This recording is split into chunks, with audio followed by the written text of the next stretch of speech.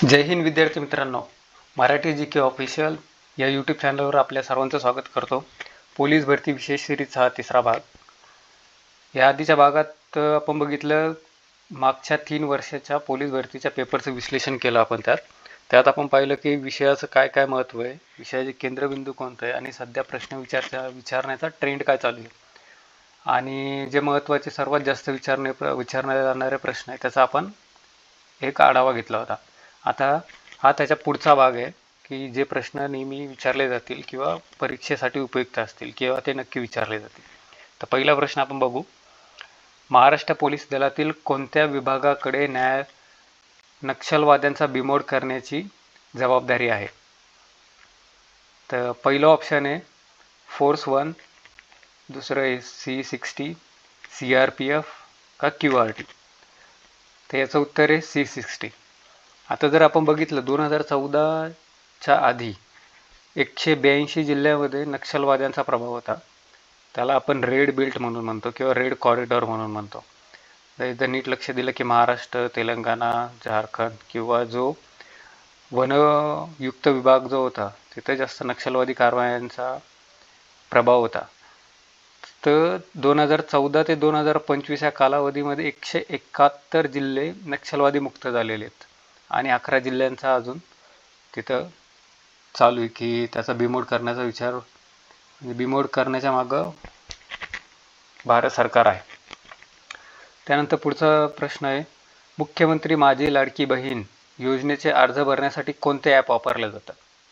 महत्त्वाचा प्रश्न चालू घडामोडीच्या बाबतीतला. पहिला प्रश्न आहे महाडीबीटी, दुसरा ऑप्शन नारी शक्ती दूत, तिसरा महापोलीस, चौथा सारथी. त्याचं उत्तर आहे नारी शक्ती दूत. त्यानंतर सध्या महाराष्ट्रात एकूण किती पोलीस आयुक्तालय आहेत? पहिलं ऑप्शन 10, दुसरं 12, 14 का 15. तर त्याचं उत्तर आहे 12. आता पोलीस आयुक्तालय तुम्हाला लक्षात ठेवण्यासारखं महत्त्वाचं आहे की जिथं जिथं महत्त्वाची शहर आहेत तिथं पोलीस आयुक्तालय किंवा विभागाचं मुख्यालय जिथं कुठं असेल तर तिथं पोलीस आयुक्तालय असण्याची शक्यता जास्त असते. जसं की मराठवाड्यात छत्रपती संभाजीनगर असेल, पण मुंबई विभागात किंवा कोकण विभागात वसई विरार वगैरे किंवा तिथे लोकसंख्येचं प्रमाण जास्त असलं, शहरी भाग जास्त असल्यामुळे पोलीस आयुक्तालय त्या भागात जास्त आहे. त्यानंतरचा प्रश्न आहे महाराष्ट्र राज्याचे सध्याचे पोलीस महासंचालक कोण आहेत? ऑप्शन आहेत रश्मी शुक्ला, विवेक फणसळकर, सदानंद दाते का सुबेद जयस्वाल. त्याचं उत्तर आहे सदानंद दाते. आता महत्त्वाचं म्हणजे जेव्हा जेव्हा तुम्ही परीक्षेला जाताल तर त्याआधी एकदा रिव्हिजन किंवा करंट अफेअर्समध्ये एकदा बघून घ्यायचं की नेटवरती एकदा चेक करून घ्यायचं की सध्याचे महासंचालक कोण आहेत, कारण हे बदलत असतात. तर परीक्षेच्या आदल्या दिवशी तुम्ही पाठ करून गेले दुसऱ्या आणि परीक्षेला दुसरं आलं त्यापेक्षा लक्षात ठेवण्यासारखी गोष्ट आहे. त्यानंतरचा प्रश्न आहे भारताचे लोहपुरुष म्हणून ओळखल्या जाणाऱ्या सरदार पटेल यांचा सर्वात उंच पुतळा स्टॅच्यू ऑफ युनिटी म्हणतात त्याला, कोणत्या राज्यात आहे? ऑप्शन आहे महाराष्ट्र, मध्य प्रदेश, गुजरात की राजस्थान. तर त्याचं उत्तर आहे गुजरात.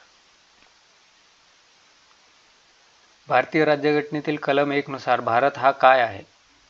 त्याचा ऑप्शन आहे राज्यांचा संघ, संघराज्य, गणराज्य की लोकशाही देश.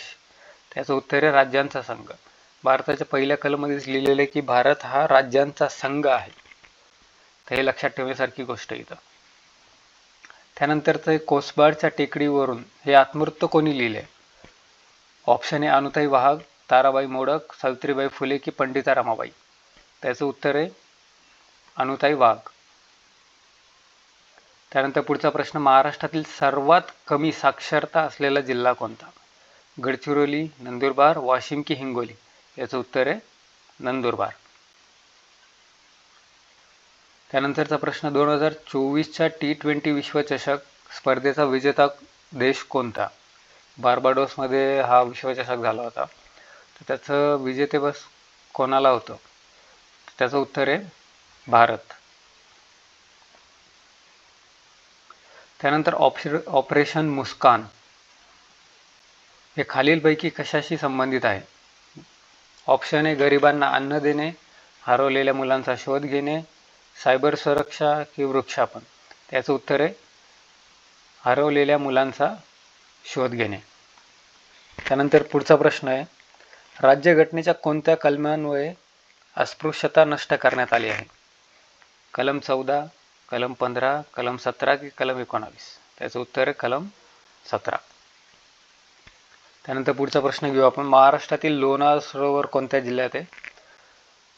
पहिलं ऑप्शन छत्रपती संभाजीनगर, दुसरं बुलढाणा, तिसरं अकोला, चौथं वाशिम. त्याचं उत्तर आहे बुलढाणा.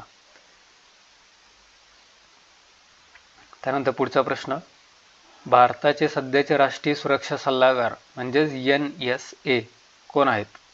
अमित शहा, अजित डोवाल, S जयशंकर की राजनाथ सिंह? राजनाथ सिंह हे संरक्षण मंत्री आहेत, अमित शहा गृहमंत्री आहेत, जयशंकर परराष्ट्र मंत्री आहेत आणि अजित डोवाल NSA चे राष्ट्रीय सुरक्षा सल्लागार आहेत.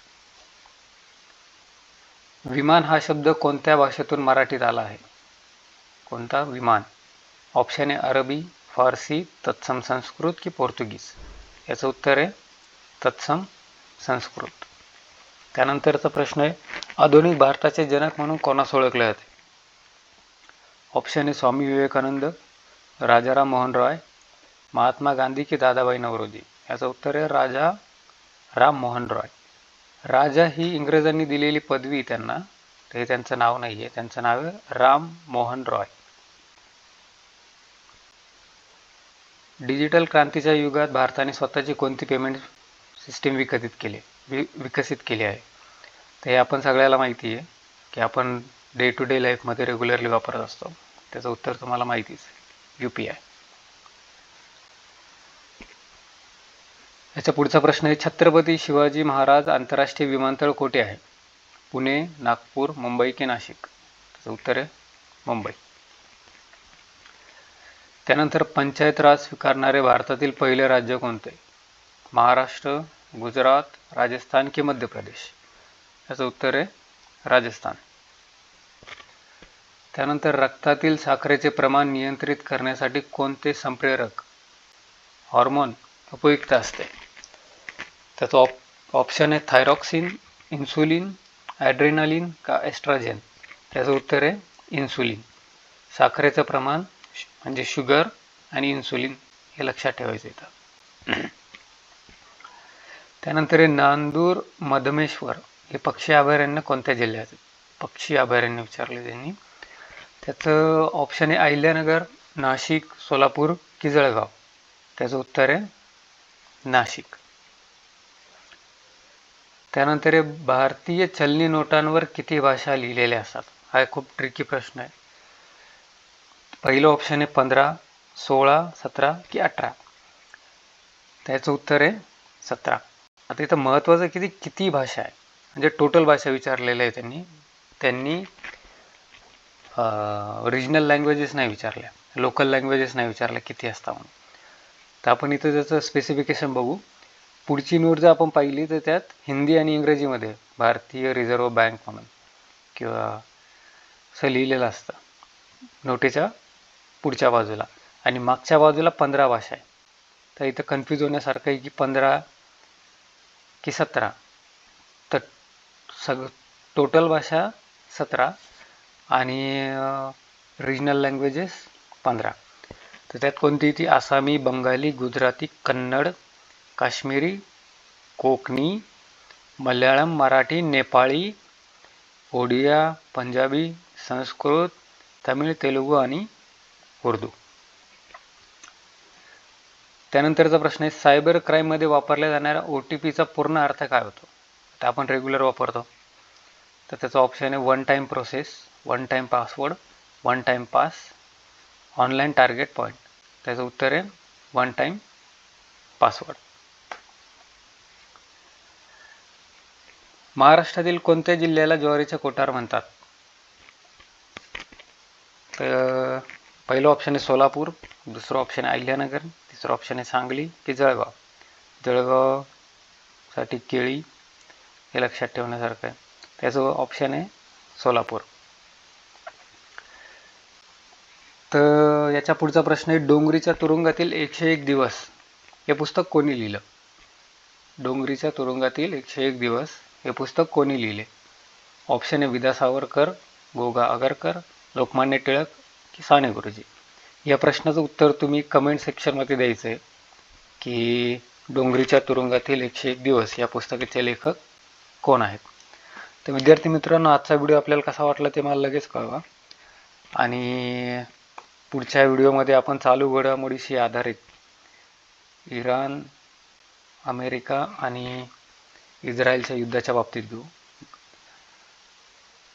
गल्फ कंट्रीजमध्ये सध्या जे युद्ध चालू आहेत त्या बाबतीत आपण इराणमध्ये होणारे बदल आणि गल्फमध्ये होणारे बदल याबाबत आपण तिथे चर्चा करणार आहोत. तर भेटूया पुढच्या व्हिडिओमध्ये. जय हिंद, जय महाराष्ट्र.